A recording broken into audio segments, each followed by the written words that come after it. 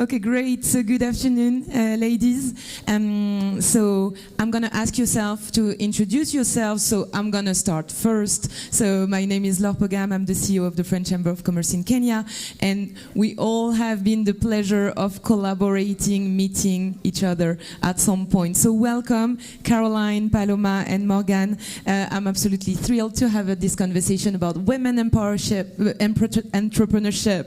and women empowerment, or maybe women empowership could become a new word. Why not? Can I please ask you to introduce yourselves quite briefly? Yes. Caroline, let's start with you. Hi, thank you so much for having us. I am the managing director and the founder of a company called Empactive Solution, which is a consulting company focusing on change management and business transformation. Paloma? I'm Paloma LENGEMA. I'm the general manager for BIC at East Africa, a global player in stationery, lighters, and shavers. And delighted to be here today to talk among friends. And I'm Morgane, so I'm one of the co-founders of Leja. So Leja is a Kenyan-based fintech company when we aim at providing more affordable and accessible services, financial services for micro businesses in Kenya. Thank you very much. So now that the set is seen, let's go into our topic and the importance of women entrepreneurship. So Paloma, I would like to start with you. So you've been with BIC for quite a long time. How do you support, as a company, women in climbing this leadership ladder within the organization? And in your view, what is the initiative that has been the more effective? So at BIC, we are really committed to diversity, equality, and inclusions. And everything we do from business and human resources standpoint take DEI elements into consideration. And I'd like to share, for instance, in our HR strategies, we really focus on maintaining that equitable and inclusive ecosystem. And we work against KPIs. And I'll share two. One of the KPIs is for sure increasing the number of women in the workplace. And the second one is making sure that by 2027, 40% of women in leadership are represented. And because we do believe that changes come from the top. And this has really worked for us just because it's not a quota that we want to tick, but it's really part of the, I would say, the daily business of our company.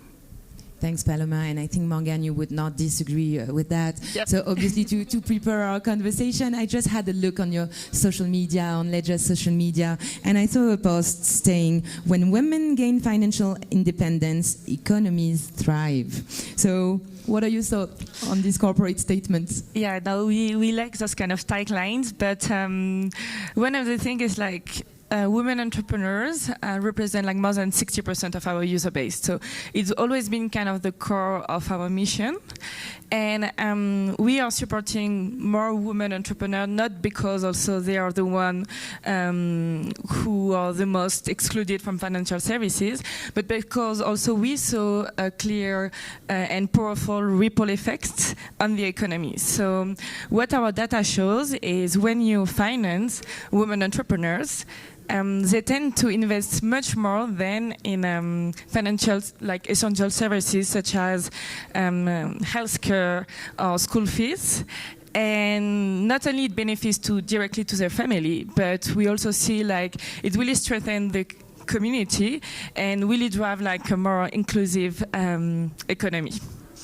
Thanks, Morgane. Speaking of inclusivity, my next one is for you, obviously, Caroline. You've been very patient. So together, we launched a Women in Business Club in Kenya.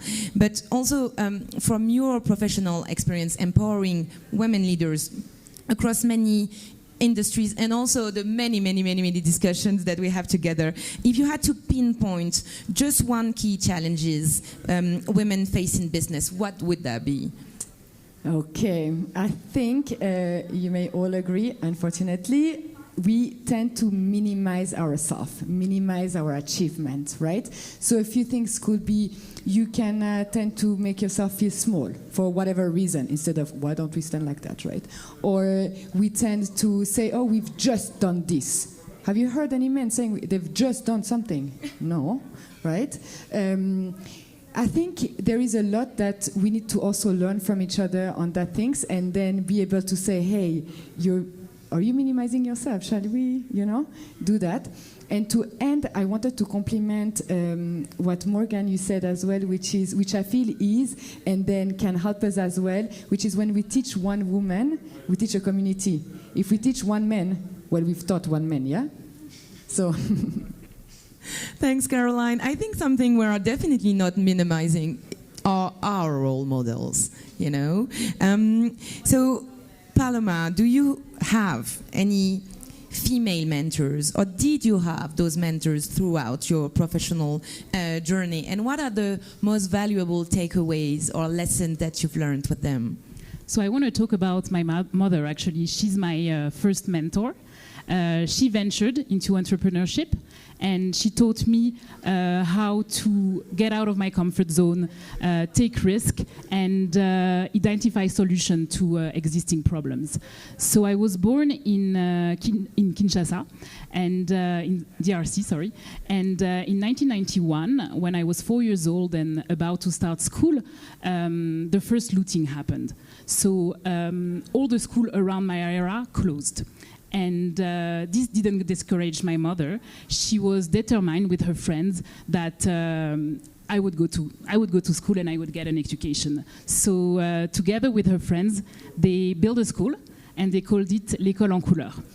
And that school that started to educate 2 little girls expanded and served hundreds of boys and girls. And I also think that this set me up also on a path to a colorful life. Oh, thank you. And the colorful school. Caroline, how crucial has it been for you having strong role models? And how do you think this is really critical to encourage more women to step into entrepreneurship? Can you maybe share an example? Yeah, absolutely. So I think first I want to say one thing is that I've never been as empowered as a woman that I have been here, which is incredible. Role models are amazing, and I think the role models that become your support system are even more incredible. And since we are all around that table, I absolutely need to mention you, Laure, because you have been critical in my entrepreneurship life here in Nairobi. So thank you. Thank you. Thanks a lot. I really appreciate you have been critical too. Morgane, you are a little bit younger than us, just a little bit. What advice would you offer young women eager to start their own businesses? Because especially you are also in the tech industry, and we know that women, those are the statistics, they get less funding with those women in tech. No, I think I just agree with everything that has been said. One advice that I will give is just like, be yourself and like trust your instinct, and also just to remember like you don't have like a right or wrong profile to become an entrepreneur. And for example, even myself, I never pictured myself as an entrepreneur, because for me it meant being like ultra confident, being like a big risk taker, or like chasing like hyper growth all the time. And what I learned is like you don't have a right profile to be an entrepreneur, and you just need to know like yourself, your strengths, your weakness, and again, build a very like powerful support system that can just like drive you into like this journey. So being true to yourself. Yes, and so, always being surrounded by the right people, also. We are almost coming to the end of this conversation, but I wish we could talk longer. I just have one final question for all of you. As we look to the future, what are your hopes for the growth of women entrepreneurship in Kenya and above and around the world and in Africa? And what do you hope to see in the coming years? Morgane, you would like to start? I think it's just to emphasize again the importance of role models. I really think like we really need to kind of break all the stereotypes around founders, and we should have like more women on stage and sharing more their stories and their experiences. Yeah, I think it's kind of the most important, because role model is kind of like what's going to like help any young girl also to know what is possible for themselves. So yeah. Thanks, Morgane. Caroline? Sorry, I thought it was going to go to Paloma. I was ready. Yeah, that was my little trick. Sorry. So, well, I definitely 100% agree with what Morgane said. I think it's critical to have a support system that is here to catch sometimes when you may not see what other people see in you. I think it's very important. And the last thing that I think some of you have already heard, but you must move through fear. You can't get rid of it. You just need to move through it. And with a tribe, with the right tribe, way easier. Last words for you, Paloma. I'd like to share that maybe the most important thing for women to remember is that they shouldn't be afraid to get out of their comfort zone, push their own limits, and also ask for what they want, because nobody will give it to them. And I think also entrepreneurship is also, most of the time, I would say, understood as the traditional way of starting your own business or working in a startup, but I do believe that it is a mindset. And for me, that mindset entails, like I said, getting out of your comfort zone, but as well being agile, adaptive, thinking and treating the company you work for as your own, and doing the right thing. And by doing the right thing is when nobody is watching is the most important. And I would say also be result-driven. And I think this, I would like to see that shift in mindset. I think it's empowering, and it builds confidence, and it definitely will go a long way. I love it. Yeah. Thank you so much, ladies. It's been a pleasure, and I sincerely hope that we have built a strong support system around this table. Thank you so much. Thank you, for Laure. having us. Thank you so much.